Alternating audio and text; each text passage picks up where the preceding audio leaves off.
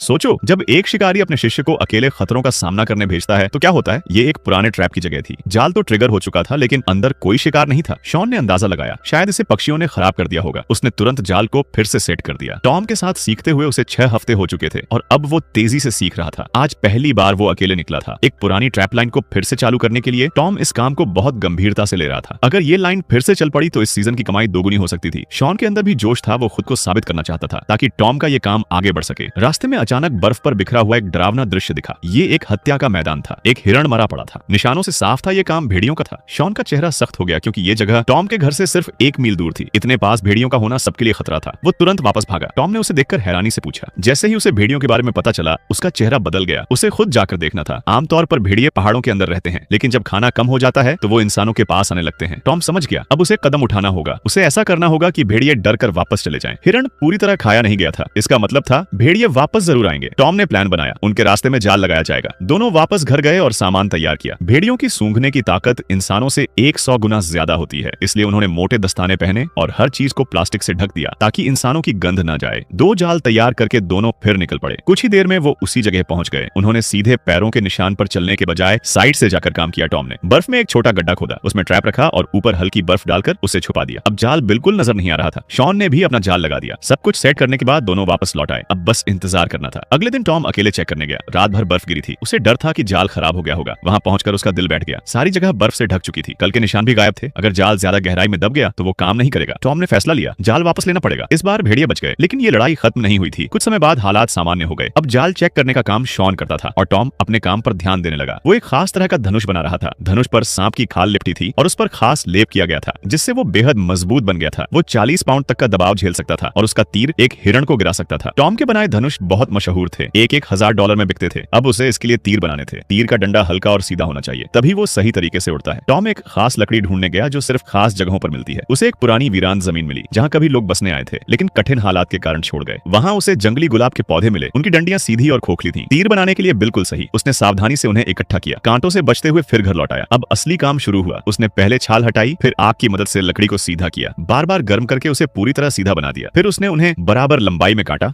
और पत्थर से घिसकर चिकना किया ताकि हर तीर एक जैसा बने। अब उसने उन पर डिजाइन बनाया। लाल और काले रंग से ये उसका सिग्नेचर था। फिर उसने पंख लगाए जो तीर को सीधा उड़ने में मदद करते हैं। हर पंख को सही एंगल पर लगाया गया। आखिर में उसने तेज नुकीला सिरा लगाया। अब एक खतरनाक तीर तैयार था। उसने ऐसे 6 तीर बनाए, फिर बीवर की खाल से एक मजबूत तरकश बनाया। सब तीर उसमें रखे और बाहर जाकर टेस्ट किया। उसने तीर चलाया। तीर हवा को चीरता हुआ गया और सीधे निशाने पर लगा। टॉम अपने काम से खुश था। अगर तुम भी ऐसी जंगल की असली कहानियां देखना चाहते हो तो अभी लाइक और सब्सक्राइब जरूर करो क्योंकि अगली कहानी और भी ज्यादा खतरनाक होने वाली है।